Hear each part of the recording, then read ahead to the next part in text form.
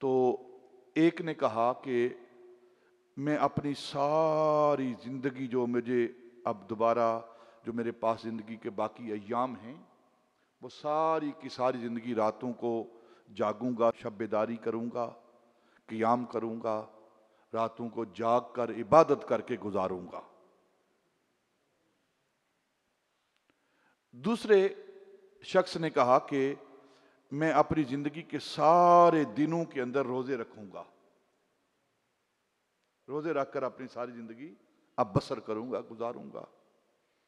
اور تیسرے نے کہا کہ میں عورتوں سے دور رہوں گا، نکاح نہیں کروں گا، عورتوں سے دور رہ کر اپنی زندگی میں عبادت کرتا رہوں گا۔ تینوں نے اپنی اپنی نیت کا اظہار کیا، اپنے جذبے کا اظہار کیا کہ ہم اللہ کی عبادت کریں گے۔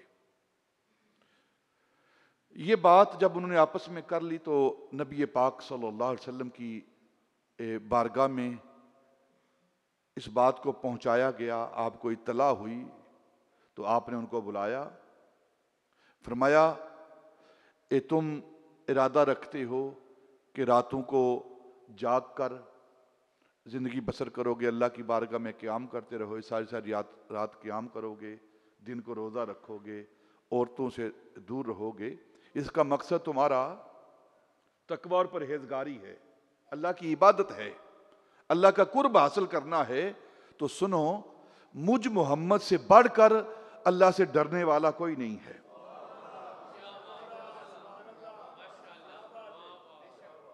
مجھ محمد سے بڑھ کر اللہ سے ڈرنے والا کوئی نہیں ہے، متقی کوئی نہیں ہے، پرہیزگار کوئی نہیں ہے، اور مجھ سے زیادہ اللہ رب العزت کی بارگاہ میں قرب رکھنے والا کوئی نہیں ہے۔ لیکن میری زندگی کو دیکھو، میں رات کو آرام بھی کرتا ہوں اور قیام بھی کرتا ہوں، رات کو آرام بھی کرتا ہوں اور قیام بھی کرتا ہوں، یعنی کہ رات کو اٹھ کر عبادت بھی کرتا ہوں اور سوتا بھی ہوں۔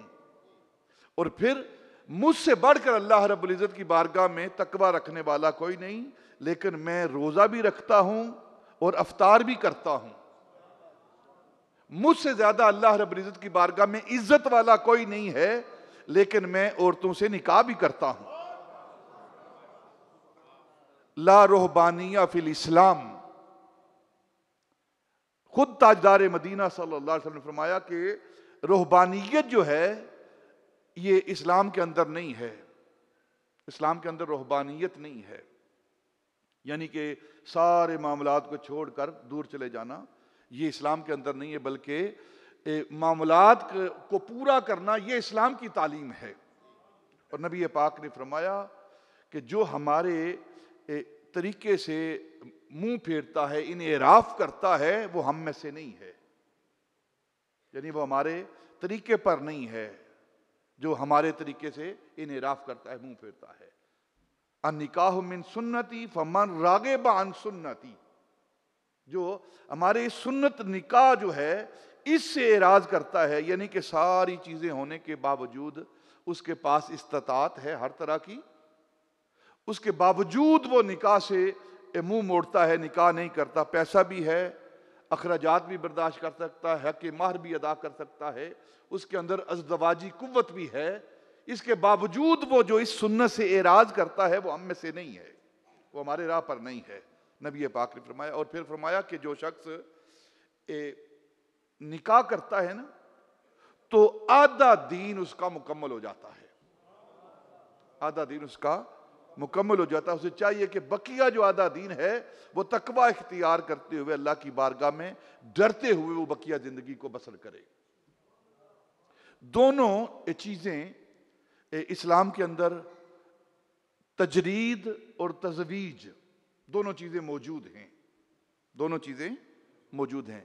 تجرید مجرد زندگی بسر کرنا، مجرد زندگی بسر کرنا، اور تزویج شادی کرنا، زوجیت اختیار کرنا، یہ دونوں نظریے اسلام کے اندر موجود ہیں، لیکن جس کو ترجیح دی گئی ہے، جس پر زور دیا گیا ہے، وہ تجرید پر زور نہیں دیا گیا بلکہ تزویج پر، ازدواجی زندگی پر زور دیا گیا ہے۔ دیکھیں حدیث پاک ہے، نبی پاک صلی اللہ علیہ وسلم نے فرمایا کہ جو تم میں استطاعت رکھتا ہے وہ نکاح کرے، اور جو استطاعت نہیں رکھتا وہ کیا کرے؟ وہ روزے رکھے۔ کیا کرے وہ؟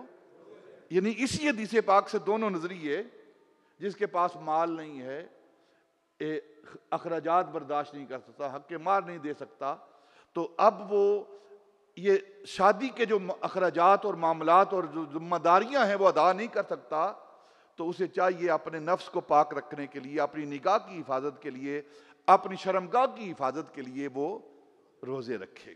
تو دونوں نظریے موجود ہیں، لیکن اسلام نے جس طرف زور دیا ہے وہ تزویج والی زندگی ہے، شادی والی زندگی ہے، وہ ازدواجی زندگی ہے، اس طرف اسلام نے زور دیا ہے۔ اسلام نے اس طرف زور دیا ہے۔ اور جب انسان شادی کرتا ہے، نکاح کرتا ہے، اور یہ تمام انبیاء کی سنت رہی ہے، نکاح تمام انبیاء کی سنت رہی ہے سوائے حضرت عیسیٰ علیہ السلام کے۔ آدم علیہ السلام سے لے کر حضرت عیسیٰ علیہ السلام تک سوائے حضرت عیسیٰ کے، اور پھر آگے نبی پاک، تمام انبیاء نکاح کرتے رہے ہیں، اور تمام کے تمام انبیاء حق کے مہر ادا کرتے رہے ہیں، حق مہر ادا کرتے رہے ہیں۔ یہ حق مہر کیا ہے جو ہم حق مہر متعین کرتے ہیں شادی کے وقت؟ ایک بات، کیونکہ یہ شادیوں کے دن ہیں، اور میں نے مناسب سمجھا تھا کہ انہی ایام کے اندر، تاکہ کوئی نہ کوئی شخص سنت پر عمل کرنا شروع کر دے۔ ایک تو یہ بیان کیا گیا تھا کہ نکاح جو ہے وہ مسجدوں کے اندر ہونا چاہیے، یہ حدیث پاک ہے۔ ایک اعلان ہونا چاہیے نکاح کا، چھپ کر نہیں، اعلان ہونا چاہیے نکاح کا۔ یعنی اعلان سے مطلب یہ نہیں کہ اسپیکر کے اوپر کھڑا ہو کر اعلان کرے وہ کہ میرا نکاح ہو گیا ہے، یعنی کہ لوگوں کو جو آپ کے ساتھ رہنے والے ہیں انہیں علم ہو کہ یہ نکاح ہو رہا ہے، فلاں عورت کا فلاں مرد کے ساتھ، فلاں مرد کا فلاں عورت کے ساتھ نکاح ہوا ہے۔ اس سے بہت سارے ابواب جو ہیں برائی کے وہ بند ہو جاتے ہیں، خواہشات کے ابواب بند ہو جاتے ہیں، انہیں معلوم ہو جاتا ہے کہ یہ فلاں کے نکاح میں آ چکی ہے، اب اس کو اب دعوت نکاح نہیں دینا۔ اور جب انسان نکاح کرتا ہے تو اس کے لیے حق مہر ہے۔ یہ حق مہر کیا ہے؟ یہ نہ تو اس کی عوض ہے عورت کا کہ اس کے عوض کے طور پر، اس کی قیمت کے طور پر اسے دیا جا رہا ہے، نہیں، یہ نہ اکثر جب نکاح پڑھایا جاتا ہے تو کہتے ہیں اتنے حق مہر کے عوض نہیں ہے۔ یہ عورت کسی بیٹی کسی غریب گھرانے کی ہو یا کسی امیر گھرانے کی ہو، اس کی کوئی قیمت نہیں ہے کہ اس قیمت کے بدلے میں آپ اسے خرید لیں۔ اللہ نے اس کو عزت عطا کی ہے، ٹھیک ہے؟ تو یہ عوض نہیں ہے، اس کی قیمت نہیں ہے، یہ حق ہے اللہ رب العزت نے، جو اللہ نے دلہن کو، عورت کو عطا کیا ہے، اللہ نے عطا کیا ہے اس کا حق۔ اور جو حق مہر ہے یہ عورت کا حق ہے، عورت اس حق کو طلب کرے۔ اکثر اس پر غلطی کی جاتی ہے مرد کی طرف سے، یہ مرد کے جو ولی ہیں ان کی طرف سے حق مہر لکھ دیا جاتا ہے، 500 روپے لکھ دیں، 700 روپے لکھ دیں، 5000 لکھ دیں، 10,000 لکھ دیں۔ اس پر انشاءاللہ میں آگے جا کر بات کرتا ہوں کہ حق مہر کتنا ہونا چاہیے، اس کی قسمیں کتنی ہیں۔ صرف مسائل کو سمجھنے کے لیے آج ہم یہاں بیٹھیں گے اور گفتگو کریں گے۔ یہ اللہ رب العزت نے عورت کے لیے اس کا حق متعین کیا ہے، اس کا عوض نہیں، اس کی قیمت نہیں ہے، ٹھیک ہے؟ اور یہ جو جملہ بولا جاتا ہے کہ باعوض اتنے حق مہر کے، یہ جملہ درست نہیں ہے، اس کو درست کرنا چاہیے۔ حق مہر کا مطلق لفظ استعمال کر کے بات کو آگے بڑھا دینا چاہیے۔ یہ عورت کا حق ہے اور مرد اس کو ادا کرتا ہے، اور اس حق مہر کا تعلق شادی کے ساتھ ہے، نکاح کے ساتھ ہے۔ اس حق مہر کا تعلق نکاح کے ساتھ ہے، شادی کے وقت کے ساتھ ہے، نہ کہ اس کا تعلق طلاق اور موت کے ساتھ ہو۔ ہم جب نکاح کرتے ہیں تو اس وقت حق مہر کا ہونا یہ چاہیے۔ ہم کیا کرتے ہیں کہ حق مہر کہہ دیتے ہیں، لکھ لیتے ہیں اور پھر اس کو ادا نہیں کرتے۔ اس کا تعلق طلاق کے ساتھ نہیں کہ جب طلاق ہوگی تو اس وقت حق مہر ادا کیا جائے گا، یا وہ جو شخص مر جائے گا تو اس کی وراثت میں سے اس کا حق مہر ادا کیا جائے گا، یہ نہیں ہے۔ حق مہر جو ہے وہ اس کا تعلق نکاح کے ساتھ ہے، اور نکاح کے وقت اس کو ادا کرنا چاہیے، نکاح کے وقت اسے ادا کرنا چاہیے۔ اب کتنا حق مہر ادا کرنا چاہیے اور کس انداز میں حق مہر ادا کرنا چاہیے، اس کی دو قسمیں ہیں، ایک مہر معجل اور ایک غیر معجل، جسے معجل بھی پڑھتے ہیں، غیر معجل مؤخر بھی کہتے ہیں جسے۔ معجل کیا ہے؟ تاجیل سے، یعنی اس کو اسی وقت نکاح کے موقع پر ہی اس کو ادا کر دیا جائے، اسے مہر معجل کہتے ہیں۔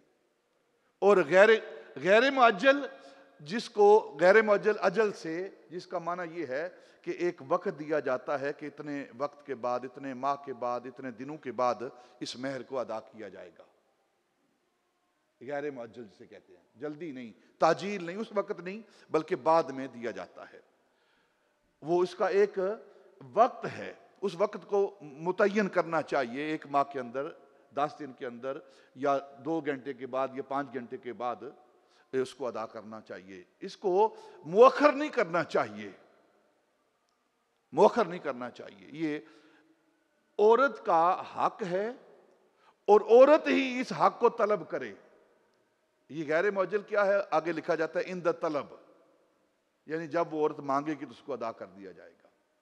بلکہ چاہیے، یہ شرافت یہ ہے کہ قرض کو، یہ قرض ہے ایک قسم کا عورت کا مرد کے ذمے، اور جو ذمہ دار لوگ ہوتے ہیں اپنے قرض کو فوراً ادا کرنے کی کوشش کرتے ہیں۔ تو ہمیں فوراً، اور پھر عورت کا یہ حق ہے، عورت اس کو طلب کرے، جتنا بھی وہ طلب کرے گی یہ اس کا حق ہے، اس کا، عورت کا یہ حق ہے۔ اب عورت اتنا طلب نہ کرے کہ وہ، کیونکہ ادا مرد نے کرنا ہے، تو اتنا وہ طلب نہ کرے کہ مرد ادا کرنے سے قاصر ہو، وہ ادا نہ کر سکے۔ اور اس کو جو نکاح کا جو وقت ہوتا ہے نا، جو محفل ہوتی ہے نکاح کی، جب بیٹھ کر نکاح کیے جاتے ہیں، نکاح پڑھا جاتا ہے، حجاب و قبول کیا جاتا ہے، اس سے پہلے اس کا تعین دونوں خاندان کے افراد ان سے پوچھ کر متعین کر لیں، تاکہ عین وقت پر کوئی بدمزگی پیدا نہ ہو، کسی کی عزت پر معاملہ نہ آئے۔ عورت کا یہ حق ہے، جتنا بھی وہ طلب کرے گی اس کا حق ہے، لیکن مرد جو ہے، خامد جو ہے، شادی کرنے والا جو مرد ہے، وہ درخواست پیش کر سکتا ہے، اسے ریکویسٹ کر سکتا ہے، اپنی انکم کے حوالے سے، اپنی مال کے حوالے سے اسے درخواست پیش کر سکتا ہے کہ اتنا حق مہر میں دینے کے قابل نہیں، اس کے اندر نظر ثانی کی جائے، اس کو کم کیا جائے۔ اور عورت اگر وہ زوجہ جو ہے، اگر وہ اس کو قبول کر لیتی ہے تو ٹھیک ہے، اسے فورس نہیں کیا جائے گا۔ اگر وہ اپنے طلب پر قائم رہتی ہے تو پھر اس کی بات کو مانا جائے گا، زبردستی نکاح نہیں کیا جائے گا، ٹھیک ہے۔ اب حق مہر کتنا ہونا چاہیے؟ فقہاء نے قرآن و سنت کی روشنی میں جو کم از کم اس کی مقدار بیان کی ہے وہ 10 درہم ہیں۔ کتنے ہیں؟ 10 درہم، کم از کم 10 درہم، یعنی چاندی کے 10 سکے۔ 2 طرح کی کرنسی نبی پاک صلی اللہ علیہ وسلم کے دور میں رائج تھی، ایک درہم اور ایک دینار۔ درہم کہتے ہیں چاندی کے سکوں کو، اور دینار کہتے ہیں سونے کے سکوں کو۔ ایک سکہ سونے کا دینار اور 10 سکے چاندی کے، یہ برابر ہوتے تھے، 1:10 کی ریشو تھی۔ تو درہم اور دینار، اب تھوڑی سی یہاں ایک آپ کو لطیف بات بھی میں عرض کرتا ہوں. دینار یہ دو لفظوں کا دو حرفوں کا مجموعہ ہے. دینار، دین اور نار، دین اور نار. یعنی کہ اگر تمہاری دولت دین کے مطابق ہے تو جنت ہے، اور اگر تمہاری دولت دین کے مطابق نہیں تو نار ہے. یہ دینار دو لفظ حرفوں کا مجموعہ ہے، دین اور نار. اگر حلال طریقے سے ہے تو دین ہے، اگر حرام طریقے سے ہے تو نار ہے. دو سکے چلتے تھے، درہم اور دینار. اور قرآن و سنت کی روشنی میں، نبی پاک صلی اللہ علیہ وسلم کی احادیث کی روشنی میں، جو فقہا نے کم از کم مقدار متعین کی ہے وہ 10 درہم ہے جو متعین. اس سے کم، یہ جو ہم کہتے ہیں نا نکاح کے وقت کہ 32 روپے 10 آنے، پتہ نہیں کہاں شرعی، پھر شرعی بھی ساتھ. ہاں، یہ جہالت کی باتیں ہیں، پتہ نہیں کہاں سے یہ لیا گیا ہے 32 روپے 10 آنے. اور پھر شرعی لکھ دیں، جی شرعی حکمیر لکھ دیں، باقی سارے کام غیر شرعی، باقی سارے کام غیر شرعی، اور حکمیر جب آیا ہے وہ شرعی. کم از کم مقدار، اس کی کوئی تعین نہیں ہے کتنا ادا کرنا ہے، بس حیثیت کے مطابق، حیثیت کے مطابق دونوں کی حیثیت کو دیکھا جائے گا، عورت کی حیثیت کو بھی اور مرد کی حیثیت کو بھی دیکھا جائے گا. دونوں کی حیثیت دیکھ کر یہ حق مار کا تعین کیا جائے گا. اور یہ 32 روپے 10 آنے جو ہے یہ کوئی شرعی حق مار نہیں ہے. کم از کم جو فقہا نے لکھا ہے وہ 10 درہم ہیں، 10 چاندی کے سکے، اس کا تعین کر لیں آپ. حضرت سلمہ رضی اللہ تعالی عنہ کہتے ہیں کہ میں نبی پاک صلی اللہ علیہ وسلم کی محبوب زوجہ سیدہ عائشہ صدیقہ رضی اللہ تعالی عنہا کے پاس گیا اور ان سے پوچھا کہ نبی پاک نے اپنی ازواج مطہرات کا کیا حق مار رکھا تھا، کتنا حق مار تعین کیا تھا. تو سیدہ عائشہ صدیقہ رضی اللہ تعالی عنہ نے جواب دیا کہ نبی پاک نے اپنی ازواج کے لیے جو حق مار تعین کیا تھا وہ 12 اوقیہ چاندی اور ایک نش، ایک نش، 12 اوقیہ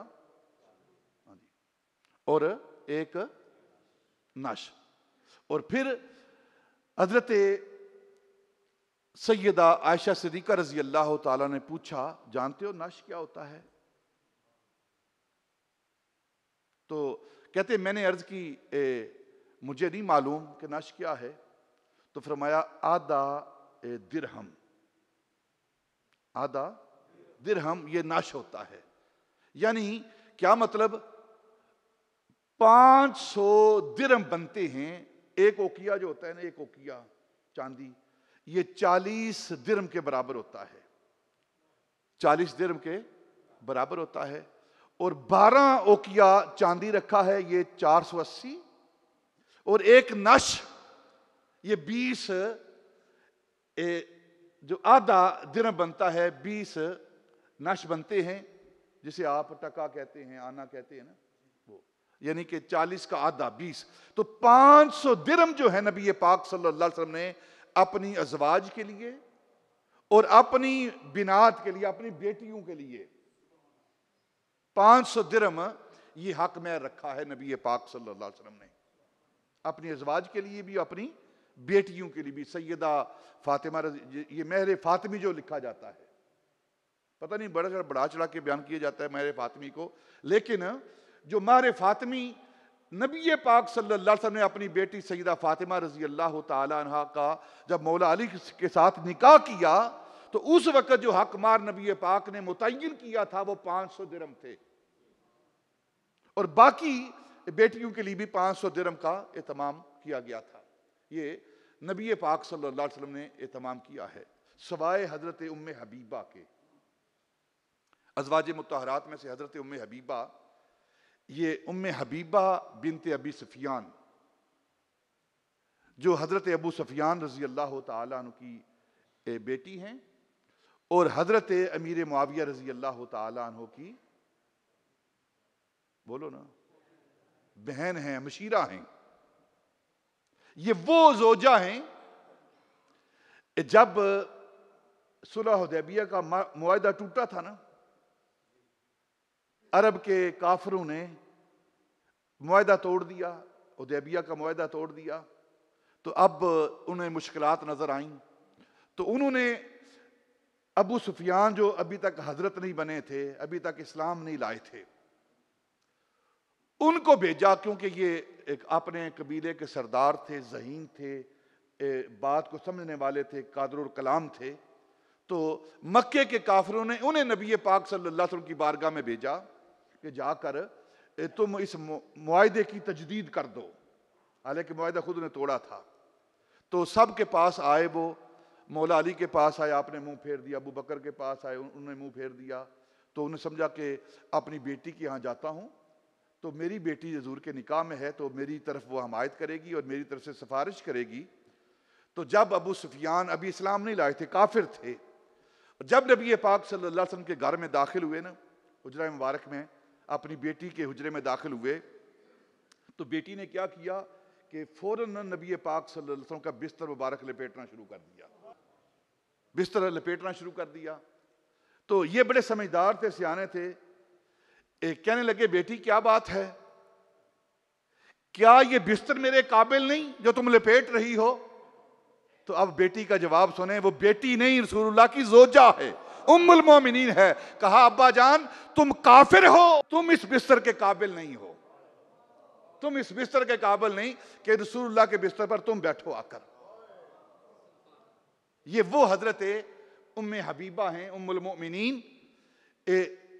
جب کافروں نے سخت بدلے لینے شروع کیے مکے کے اندر اسلام کی پاداش میں، تو یہ دونوں میاں بیوی ہجرت کر کے حبشہ چلے گئے، اور حبشہ کے اندر ہی ان کے خامد عبید اللہ بن جاش، ان کا وصال ہو گیا، انتقال ہو گیا، اور نبی پاک صلی اللہ علیہ وسلم کو معلوم ہوا کہ انتقال ہو گیا ہے، تو نبی پاک صلی اللہ علیہ وسلم نے ام حبیبہ کے لیے، ام المؤمنین کے لیے نکاح کا پیغام بھیجا نجاشی کو، اور نجاشی نے اس نکاح کو قبول کیا، اور بطور وکیل ام حبیبہ کو نبی پاک صلی اللہ علیہ وسلم کے نکاح میں دیا، اور 4000 درہم یہ حق مہر کو متعین کیا، اور خود 4000 درہم جو ہیں نجاشی نے اپنی جیب سے ادا کیے۔ حق مہر ہے جو نبی پاک صلی اللہ علیہ وسلم نے متعین کیا ہے، کم از کم جو حق مہر ہے وہ کتنا ہے؟ 10 درہم۔ یہ جو 32 روپے کچھ بات کی جاتی ہے، اس کا تصور اسلام کے اندر، سنت کے اندر نہیں ہے، لہذا ہمیں اس پر غور کرنا چاہیے۔ اب تمام انبیاء کی یہ سنت رہی ہے، حق مہر کا ادا کرنا تمام انبیاء کی سنت رہی ہے، اور جتنے بھی نکاح ہوئے ہیں شریف خاندانوں کے اندر، مسلمانوں کے اندر، شریعت کے پابند لوگوں کے اندر، انہوں نے حق مہر کو ادا کیا ہے۔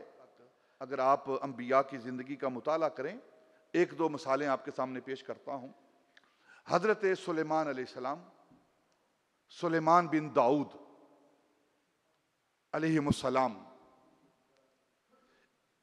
جب حضرت سلیمان کا نکاح ملکہ بلقیس کے ساتھ ہوا، جو ملکہ سبا تھی، بلقیس بن شرحبیل، اور ان کے بارے میں کہا جاتا ہے یہ ایک جننی کی بیٹی تھی۔ شرحبیل کا نکاح ایک جنی کے ساتھ ہوا تھا۔ یہ ایک مکمل بحث ہے کہ کیا کسی بشر کا کسی جن کے ساتھ نکاح ہو سکتا ہے کہ نہیں ہو سکتا، اگر ہو سکتا ہے تو اس سے اولاد پیدا ہو سکتی ہے کہ نہیں ہو سکتی، ایک پورا موضوع ہے، آج اس پر ڈسکس نہیں کریں گے، کسی وقت انشاءاللہ اس پر ڈسکس کر لیں گے ہم۔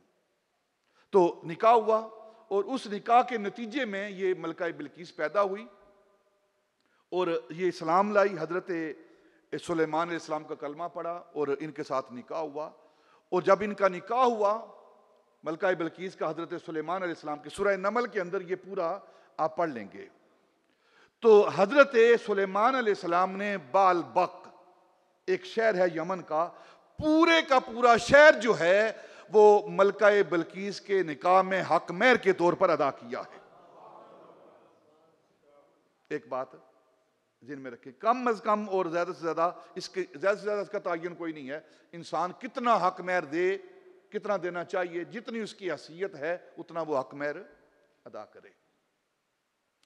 اب صرف مال ہی نہیں، انسان کی جو محنت ہے، اس کا وقت جو ہے اور اس کی جو کاوش ہے، اس کی تعلیم جو ہے، وہ بھی اس کا حق مہر بن سکتا ہے. لیکن اس کے بارے میں فقہاء اناف جو ہیں وہ تھوڑا سا اختلاف رکھتے ہیں. لیکن اگر آپ زندگی کا مطالعہ کریں، انبیاء کی زندگی کا، پہلی شریعتوں کا مطالعہ کریں تو ان کے اندر یہ چیزیں، اور نبی پاک کی احادیث کا مطالعہ کریں تو ان سے یہ چیزیں مل جاتی ہیں. حضرت موسیٰ علیہ السلام جب مدین شہر میں آئے حضرت شعیب علیہ السلام کے پاس، تو ان کی بیٹی کے ساتھ نکاح ہوا. آپ نے حضرت موسیٰ علیہ السلام نے حضرت شعیب علیہ السلام کی بارگاہ میں درخواست پیش کی کہ میں آپ کی صاحبزادی کے ساتھ نکاح کرنا چاہتا ہوں. تو انہوں نے جو شرط رکھی، نکاح کی شرط رکھی، وہ آپ نے رکھا کہ تم نے 8 سال ہمارے پاس کام کرنا ہے.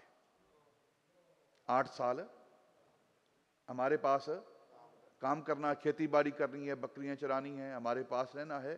یہ 8 سال کی جو زندگی ہے آپ نے بیٹی کے حق مہر کے طور پر گزارنے ہیں. یہ حق مہر ہے تمہارے لیے. اور اگر 2 سال اور بڑھا کر 10 سال پورے کرتے ہو تو یہ 2 سال ہم پر احسان ہے تمہارا، مہربانی ہے تمہاری. اور محدثین نے، مفسرین نے لکھا ہے کہ ایک جو وقت گزارا ہے حضرت موسیٰ علیہ السلام نے حضرت شعیب علیہ السلام کی بارگاہ میں آپ کے پاس، وہ 10 سال ہیں، اور ایک روایت کے مطابق وہ 28 سال ہیں. یہ جو 28 سال ہیں، اس عرصے کے دوران حضرت موسیٰ علیہ السلام اور حضرت صفورہ رضی اللہ تعالی عنہ کے نکاح کے بعد ان کا جو بیٹا پیدا ہوا ہے اسے وہب کہتے ہیں. ان کا نام وہب تھا. یہ بیٹا پیدا ہوا ہے. اور 8 سال حضرت موسیٰ علیہ السلام نے حضرت شعیب علیہ السلام کی بارگاہ میں گزارے ہیں. یہ 8 سال گزارنے کا مطلب کیا ہے؟ گویا حضرت شعیب علیہ السلام حضرت موسیٰ علیہ السلام کی تربیت کر رہے تھے. تربیت کرنی تھی انہوں نے، کیونکہ جو اس سے پچھلے جو واقعات ہیں اگر وہ پڑھیں گے نا، کس انداز میں موسیٰ علیہ السلام اور کتنے جلالی تھے اور کیا انداز تھا ان کی زندگی گزارنے کا. بے شک اللہ کے نبی تھے، لیکن حضرت شعیب علیہ السلام ان کی تربیت کرنا چاہتے تھے. ایک وزن تھا، ایک بار تھا ان پر جو ان کے کندھوں پر پڑنے والا تھا. تو اس لیے حضرت شعیب علیہ السلام ان کو اپنے پاس رکھ کر، اور اس بات کا اظہار علامہ اقبال نے کیا ہے، اگر کوئی شعیب آئے میسر، اقبال کہہ رہا ہے اگر کوئی شعیب آئے میسر، شبانی سے کلیمی 2 قدم ہے. یہ جو آگ کے ساتھ بات ہوئی ہے، اللہ رب العزت کے ساتھ کلام ہوا ہے، موسیٰ علیہ السلام اور اللہ کے ساتھ کلام ہوا ہے، یہ سارا اس واقعہ کے بعد ہوا ہے. تو حضرت موسیٰ علیہ السلام کی تربیت کر کے، انہیں تیار کر کے ایک بوجھ اٹھانے کے لیے وہ تیار کیا جا رہا تھا. اس لیے حضرت شعیب علیہ السلام نے اپنے پاس رکھا تاکہ موسیٰ اس قابل ہو جائیں کہ جو اللہ رب العزت کی طرف سے انوار و تجلیات نازل ہونے والی ہیں، جو اس کے کلام کی ہیبت ہے، اس ہیبت کو یہ برداشت کر سکیں. اور اسی طرف اشارہ کیا ہے، اگر کوئی شعیب آئے میسر، شبانی سے کلیمی، شبانی کہتی ہے بکریاں چرانا جو ہے، بکریاں چراتے تھے نا آپ، تو شبانی سے کلیمی 2 قدم ہے. اگر کوئی پیر کامل مل جائے، اگر کوئی شیخ کامل مل جائے تو پھر یہ 2 قدم ہیں جو اللہ رب العزت کی بارگاہ میں انسان پہنچ جاتا ہے. تو حضرت موسیٰ علیہ السلام نے 10 سالہ زندگی جو ہے حضرت شعیب علیہ السلام کی بارگاہ میں گزاری، ان کے پاس محنت کر کے گزاری ہے، یہ حضرت صفورہ کا حق مہر تھا جو انہوں نے ادا کیا ہے۔ تعلیم قرآن کے حوالے سے حضرت سہل بن سعد رضی اللہ تعالیٰ عنہ کہتے ہیں کہ ہم نبی پاک صلی اللہ علیہ وسلم کی بارگاہ میں بیٹھے ہوئے تھے، تو ایک عورت آئی، اس نے آ کر صحابہ بیٹھے ہوئے ہیں، نبی پاک تشریف فرما ہیں، مسلم شریف کی، ابو داؤد شریف کی حدیث کی دیگر کتابوں کے اندر یہ حدیث پاک ہے۔ وہ عورت آئی تو اس نے آ کر نبی پاک کی بارگاہ میں عرض کیا کہ میں اپنا نفس آپ کو ہبہ کرتی ہوں، اپنا نفس آپ کو ہبہ کرتی ہوں، یعنی کہ اپنی ذات، اپنا جسم، اپنا نفس جو ہے میں آپ کو ہبہ کر، بغیر نکاح کے، نہ بغیر حق مہر کے آپ مجھ سے نکاح کریں، حق مہر ادا نہ کریں، بغیر حق مہر کے آپ مجھ سے نکاح کریں اور بغیر حق مہر کے آپ مجھے قبول کر لیں، میں اپنا حق مہر چھوڑتی ہوں، اپنا نفس آپ کو ہبہ کرتی ہوں۔ اور بغیر حق مہر کے یہ اپنا نفس ہبہ کرنا صرف نبی پاک صلی اللہ علیہ وسلم کی یہ خاصیت ہے، خصوصیت ہے۔ کوئی دنیا کی دوسری عورت کسی دوسرے مرد کو اپنا نفس ہبہ نہیں کر سکتی۔ یہ مسئلہ سمجھ لیں اچھی طرح کہ ویسے ہی کوئی میں آپ کو اپنا نفس ہبہ کرتی ہوں اور وہ زنا کے زمرے میں آئے گا۔ نبی پاک صلی اللہ علیہ وسلم کو اس عورت نے، یہ نبی پاک کا حق ہے، اس نے اپنا نفس جو ہبہ کیا نبی پاک کو، تو آپ خاموش رہے، آپ خاموش رہے، اس کا جواب نہ دیا۔ پھر اس نے دوبارہ عرض کی تو آپ پھر خاموش رہے۔ جب دوسری مرتبہ خاموش رہے تو ایک صحابی وہ کھڑے ہوئے، یا رسول اللہ صلی اللہ علیہ وسلم، اگر آپ کو حاجت نہیں ہے، آپ نکاح نہیں کرنا چاہتے تو میں اس سے نکاح کر لیتا ہوں۔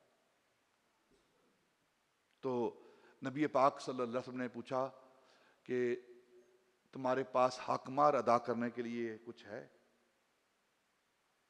تو اس نے کہا کہ یا رسول اللہ میرے پاس صرف ایک تہمد ہے جو میں نے باندھا ہوا ہے، اس کے علاوہ میرے پاس کچھ نہیں ہے۔ آپ نے فرمایا کہ اس تہمد کا کیا بنے گا؟ تو استعمال کرے گا تو وہ کیا کرے گی، وہ استعمال کرے تو کیا کرے گا؟ جا گھر کے اندر کوئی چیز تلاش کر کے لا، کوئی اور کپڑا، کوئی چادر، کوئی انگوٹھی، وہ لے آ تاکہ تیرا حق مہر بن جائے۔ یعنی کہ اس کی مقدار کے حوالے سے میں بات کر رہا ہوں۔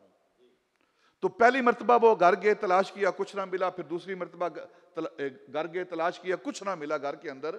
تو آ کر عرض کی یا رسول اللہ میں نے پورے گھر کی تلاشی لی، میرے گھر کے اندر کوئی شے موجود ہی نہیں ہے۔ تو نبی پاک نے فرمایا تیرے پاس، تجھے قرآن یاد ہے؟ کچھ تجھے قرآن یاد ہے؟ تو اس صحابی نے عرض کی یا رسول اللہ صلی اللہ علیہ وسلم یہ گن کر یہ صورتیں مجھے قرآن کی یاد ہیں۔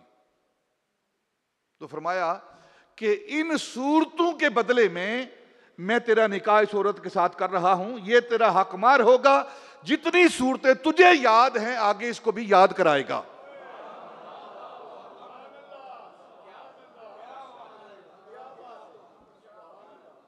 اور اس پر بھی جو محدثین ہیں، شارحین ہیں، انہوں نے لکھا ہے کہ یہ حق بھی صرف نبی پاک کو حاصل ہے کہ بغیر کسی حق مہر کے وہ اگر نکاح کرتے ہیں تو یہ نبی پاک کو حق حاصل ہے۔ باقی ہر فرد کو جو نکاح کرے گا اسے حق مہر ادا کرنا پڑے گا، حق مہر ادا کرنا پڑے گا، اور جتنا ادا کر سکتا ہے وہ کرے، جتنی اس کی توفیق ہے، جتنی اس کی ہمت ہے وہ کرے۔ جیسے میں نے پہلے بھی آپ کے سامنے پیش کیا کہ حضرت سلیمان علیہ السلام نے پورا شہر، بستا ہوا شہر، وہ ملکہ بلقیس کا حق مہر ادا کیا ہے، اور نبی پاک صلی اللہ علیہ وسلم نے 500 دینار یہ متعین کیے ہیں۔ اور پھر حضرت آدم علیہ السلام، آپ جنت کے اندر ایک دن سو رہے تھے، اداس لیٹے ہوئے تھے، اداسی چھائی ہوئی ہے جنت کے اندر بھی۔ تو اللہ رب العزت نے آپ کی پسلی سے سوتے ہوئے ایک خوبصورت عورت کو پیدا کیا۔ حضرت حوا ہماری ماں، سارے آدمیوں کی ماں، ان کو پیدا کیا تسکین کے لیے، انس کے لیے، اس جو وہاں حالت تھی اس حالت کو دور کرنے کے لیے۔ اور جب حضرت آدم علیہ السلام بیدار ہوئے، آنکھ کھولی، تو آپ کے سرہانے حضرت حوا بیٹھی۔ حوا اس لیے کہا جاتا ہے کہ حی سے پیدا ہوئی ہے، یعنی زندہ سے پیدا ہوئی ہے، اور بغیر ماں سے، آدم علیہ السلام بغیر ماں باپ کے اور حوا بغیر ماں کے۔ یہ اللہ رب العزت کی قدرتیں ہیں، ایک اس کی قدرت ہوتی ہے اور ایک اس کا اصول ہوتا ہے۔ اصول اور قدرت کے اندر فرق ہے۔ اس کائنات کے اندر، اس عالم اسباب کے اندر جو بھی آئے گا وہ اصول کے مطابق آئے گا، اصول کے مطابق آئے گا۔ جنس کے ساتھ جنس کا ملاپ ہوگا تو جنس پیدا ہوگی، یہ اصول ہے۔ مرد اور عورت کا ملاپ ہوگا تو آگے بچہ پیدا ہوگا۔ بکری اور بکرے کا ملاپ ہوگا، پرندوں کا آپس میں ملاپ ہوگا تو ان سے وہی جنس پیدا ہوگی۔ لیکن اللہ رب العزت کبھی اپنی قدرت کا اظہار کرتا ہے، کبھی اپنی قدرت کا اظہار، کیونکہ وہ قادر ہے نا، پابند نہیں، ہم سارے پابند ہیں، وہ کسی کا پابند نہیں ہے۔ تو کبھی کبھی وہ اپنی قدرت کا اظہار کرتا ہے، کبھی آدم کو بغیر ماں باپ کے پیدا کرتا ہے، کبھی حوا کو بغیر ماں کے پیدا کرتا ہے، اور کبھی عیسیٰ کو بغیر باپ کے پیدا کرتا ہے، اور کبھی اونٹنی کو پتھروں سے پیدا کرتا ہے۔ یہ اس کی قدرت کا اظہار ہے۔ کبھی وہ پہاڑوں سے، حضرت صالح علیہ السلام کی اونٹنی وہ پہاڑ سے پیدا ہوئی ہے، حالانکہ اونٹنی سے پیدا ہوتی ہے، لیکن اپنی قدرت کا اظہار کرتا ہے۔ اور اصول یہ ہے کہ جو آگے نسل چلتی ہے وہ مرد سے چلتی ہے، لیکن اپنی نسل جو ہے نبی پاک صلی اللہ علیہ وسلم کی، وہ سیدہ فاطمہ سے چل رہی ہے۔ یہ بھی اللہ رب العزت کی قدرت کا اظہار ہے۔ تو آدم علیہ السلام بیدار ہوئے تو اپنے قریب عورت کو دیکھا، پوچھا کون؟ تو کہا اللہ نے پیدا کیا ہے، تیرے لیے اللہ نے پیدا کیا ہے، تیری اس وحشت کو ختم کرنے کے لیے، اس بے چینی کو ختم کرنے کے لیے، تجھے سکون دینے کے لیے اللہ نے مجھے پیدا کیا ہے۔ تو آپ ہاتھ لگانے لگے تو فوراً اللہ رب العزت نے منع کر دیا، خبردار ہاتھ نہیں لگانا، پہلے نکاح ہوگا اور حق مہر ادا کیا جائے گا، حق مہر ادا کیا جائے گا، پھر یہ تیرے لیے حلال ہوگی۔ تو پوچھا یا اللہ اس کا حق مہر کیا ہے؟ تو اللہ نے نکاح پڑھایا، اور حق مہر کی جب باری آئی تو کہا کہ اے آدم، تیری نسل سے میرا محبوب آئے گا، اس محبوب پر تو درود بھیج، جب تو درود بھیجے گا تو تیرا درود بھیجنا ہی تیرا حق مہر ہوگا۔ مہر جو ہے یہ جب سے نکاح ہوا ہے، پاک طیب لوگ جب سے نکاح کر رہے ہیں تب سے یہ سنت جاری ہے، اور یہ واجب ہے، حق مہر ادا کرنا واجب ہے۔ نبی پاک صلی اللہ علیہ وسلم نے فرمایا کہ جو شخص زیادہ حق مہر لکھواتا ہے، سیدنا عمر فاروق رضی اللہ تعالی عنہ نے فرمایا کہ حق مہر جو ہے وہ تھوڑے لکھا کرو، اس کو بڑھایا نہ کرو۔ اگر تم یہ سمجھتے ہو کہ حق مہر زیادہ دینے سے عزت بڑھتی ہے، تقوی زیادہ ہوتا ہے، تو سیدنا عمر فاروق کہتے ہیں کہ نبی پاک سے بڑھ کر تقوی والا کوئی نہیں اور نبی پاک سے بڑھ کر عزت والا کوئی نہیں، لیکن انہوں نے اپنی ازواج کا اور اپنی بیٹیوں کا نکاح تھوڑا رکھا ہے، 500 دینار رکھا ہے۔ تھوڑا رکھو، حق مہر تھوڑا رکھو۔ آج کے دور میں یہ لکھا دیا جاتا ہے جی 5 لاکھ لکھ لیں، 10 لاکھ لکھ لیں، اور نیت یہ ہوتی ہے کہ کون سا ہم نے دینا ہے۔ اس بارے میں بھی نبی پاک کا فرمان سن لیں، اگر یہ نیت ہے کہ ہم نے ادا نہیں کرنا، ہم نے کون سا دینا ہے اس کو، یہ قرض ہے جو آپ کے ذمہ رہے گا، جو نکاح پڑھتا ہے نا اس کے ذمہ رہے گا، یہ قرض ہے۔ اور جس نے اس نیت کے ساتھ حق مہر لکھوایا زیادہ، 5 لاکھ لکھ لو، 20 لاکھ لکھ لو، 50 لاکھ لکھ لو، 100 تولے سونا لکھ لو، 500 تولے سونا لکھ لو کہ میں نے کون سا ادا کرنا ہے، تو نبی پاک نے فرمایا کہ جو اس نیت کے ساتھ حق مہر لکھواتا ہے اس کا شمار بدکاروں کے اندر ہوتا ہے، بدکاروں کے اندر. اور جب اسے اللہ کی بارگاہ میں پیش کیا جائے گا نا، اس بندے کو جس نے حق مہر کو اس لیے زیادہ لکھوایا کہ کون سا میں نے اس کو ادا کرنا ہے، تو جب اس کو اللہ کی بارگاہ میں پیش کیا جائے گا تو اس کو زانیوں کی صف میں لا کر پیش کیا جائے گا.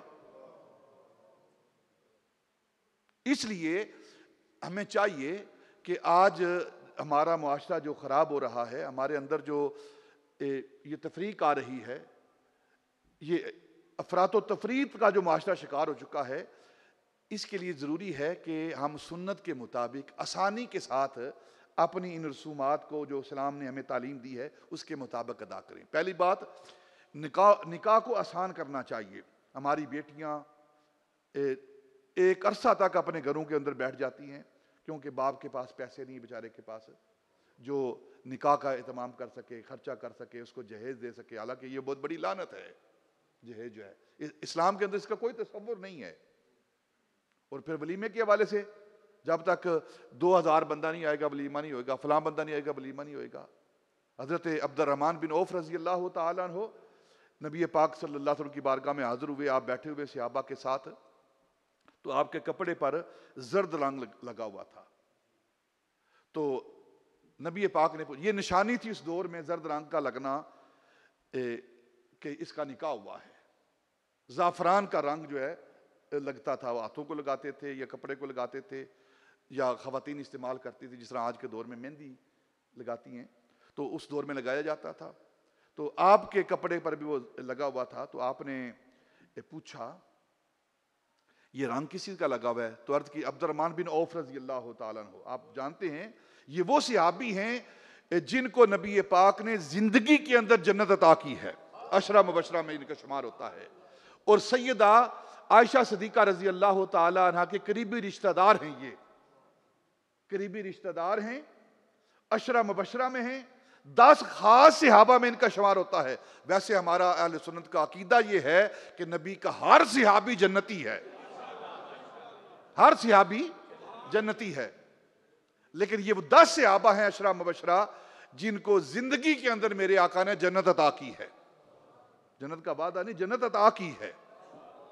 تو پوچھا یہ رنگ کیسا ہے؟ تو عرض کی یا رسول اللہ میں نے شادی کر لی ہے، شادی کر لی ہے. نبی پاک اپنے گھر بیٹھے ہوئے ہیں، اپنے حجرہ مبارک میں بیٹھے ہوئے ہیں، مسجد میں بیٹھے ہوئے ہیں، اور قریبی رشتہ دار حضرت عبد الرحمن بن عوف اور عشرہ مبشرہ میں شمار صحابی وہ شادی کر کے آ گئے ہیں. تو اب ہم کیا کرتے ہیں کہ فلاں کو بھی بلاؤ، فلاں کو بھی بلاؤ، وہ نہیں آئے گا تو شادی نہیں ہوگی. نہ، جتنے بھی میسر ہیں تھوڑے بندے بٹھا کے آسانی کے ساتھ نکاح کر دیا جائے. اور سب سے بہترین نکاح وہ نکاح ہے، نبی پاک نے فرمایا، جو آسانی کے ساتھ ہو. حق مہر بھی آسانی کے ساتھ ادا کیا جائے اور اس کا سارا معاملہ بھی آسانی کے ساتھ ادا کیا جائے. اور دوسری بات، جب نبی پاک نے پوچھا نا یہ رنگ کیسا ہے، تو نے کہا یا رسول اللہ میں نے نکاح کر لی، شادی کر لی ہے. تو آپ نے فرمایا پھر ولیمہ کرو، بے شک ایک بکری کو ذبح کر کے آپ ولیمہ کر دو. کتنا آسان طریقہ ہے اسلام کا جو اسلام نے ہمیں دیا ہے، نبی پاک نے ہمیں دیا ہے، اور ہم نے ان کو کتنا مشکل بنا دیا ہے. بیچارہ باپ ساری زندگی کام کرتا ہے کہ ایک اپنی بیٹی بیاہ دے، اور اگر بیاہ دی ہے اس بیچارے کے پاس اتنے پیسے نہیں تھے تو قرض لے کر اس نے کام کیا ہے، اور ساری زندگی بیچارہ کام کر کر کے تھک گیا ہے اس قرض کو ادا کرتے ہوئے. اور پھر جو آج کل بیٹے بیچے جاتے ہیں، جب باری آتی ہے نکاح کرنے کی، آپس میں رشتہ طے ہوتا ہے تو پوچھتے ہیں کیا دو گے، کار کون سی ہوگی، کوٹھی کون سی ہوگی، جہیز کتنا ہوگا، پیسہ بینک بیلنس کتنا ہوگا. اس کے بعد یہ بیٹے بیچے جا رہے ہیں. کبھی سنا تھا بیٹیاں بیچی جاتی ہیں، اس دور میں بیٹے بیچے جا رہے ہیں. اگر آپ کے ہاں بیٹا ہے تو بیٹی بھی تو ہے نا آپ کے پاس. تو ہمیں چاہیے کہ اسلام کے مطابق سادہ طریقے سے اپنے ان کاموں کو مکمل کریں تاکہ ہماری زندگی آسان ہو جائے. یہ معاشرے کے اندر جتنے جرائم ہیں نا، چوری ہو رہی ہے، ڈکیتی ہو رہی ہے، لوٹا جا رہا ہے، یہی سبب ہے، اور کوئی سبب نہیں ہے نا. جب آپ کو روٹی آسانی کے ساتھ مل جائے گی کھانا، تو آپ کو کیا ضرورت ہے ڈاکہ مارنے کی، جان ہتھیلی پہ رکھنے کی؟ جو ڈاکہ مارتا ہے وہ آسان کام تو نہیں اس کا نا، اس نے بھی جان ہتھیلی پہ رکھی ہوتی ہے۔ تو اگر اسے آسانی کے ساتھ رزق میسر ہو جاتا ہے، روٹی میسر ہو جاتی ہے، تو اسے کیا ضرورت ہے؟ اگر آسانی کے ساتھ اس کے کام ہو جاتے ہیں تو اسے کیا ضرورت ہے کہ معاشرے کے اندر اضطراب پیدا کرے، خود بھی مضطرب ہو، خود بھی پریشان ہو اور معاشرے کے افراد کو بھی پریشان کرے؟ تو آؤ ہم اپنی زندگی کو آسان کریں، اپنے ہر عمل کے اندر آسانی پیدا کریں۔ یہ مہنگے کپڑے، یہ آسائش و تعیش، اس کے اندر غور کریں۔ چند دن کے لیے کپڑے پہننے ہیں، جو میسر ہے پہن لو، منع نہیں، میں نہیں کہہ رہا کہ آپ نہیں پہنے، قیمتی کپڑے نہ پہنے، اچھی گاڑی نہ رکھیں، اچھا گھر نہ رکھیں، یہ منع نہیں ہے، اس کا مطلب یہ نہیں ہے۔ ہر شے جائز ہے۔ آپ کے پاس بڑی گاڑیاں ہوں، بڑی کوٹھی ہو، بینک بیلنس ہو، آپ سفر کریں، جس چیز پر مرضی سفر کریں، لیکن شرط ایک ہی اسلام نے رکھی ہے، ایک شرط رکھی ہے۔ وہ شرط کیا ہے؟ کہ جو آپ کر رہے ہو وہ حلال طریقے سے ہو، وہ حلال ہو، حلال ہو۔ اگر آپ کا مال حلال ہے، حلال طریقے سے اللہ نے آپ کو دیا ہے، تو آپ سفر کریں، بزنس کلاس میں کریں، فرسٹ کلاس میں کریں، بڑی سے بڑی گاڑی رکھیں، کس نے منع کیا ہے؟ لیکن کسی دوسرے مسلمان بھائی کا حق چھین کر، اس کا مال چھین کر آپ حج اور عمرے کے لیے جائیں، اللہ ایسا حج اور عمرہ انسان کے منہ پر مار دیتا ہے۔ وہ حج اور عمرہ قبول نہیں کرتا، نمازیں قبول نہیں کرتا جو کسی بھائی کا حق مارا گیا ہو۔ آپ کسی کا حق نہ ماریں، اور اس کے بعد اللہ رب العزت نے حلال طریقے سے جو انسان کو دیا ہے وہ استعمال کریں۔ حضرت سلیمان علیہ السلام دیکھیں نا، انہوں نے پورا شہر حق مار کے طور پر ادا کیا ہے۔ حضرت غوث پاک رضی اللہ تعالیٰ عنہ کے حوالے سے آتا ہے کہ آپ 60 ہزار درہم کا جبہ پہنتے تھے، لیکن ان کی یہاں قیمت کیا تھی کہ ایک دن آپ نے سیدنا غوث پاک ایک دن آپ نے قیمتی جبہ پہنا ہوا تھا، تو ایک شخص آیا، حضور یہ جبہ مجھے دے دیا، آپ نے اتار کے اسے دے دیا۔ یہ نہیں کہا کہ یہ 60,000 درہم کا ہے، نہ، دے دیا، بس اتنی قیمت ہے۔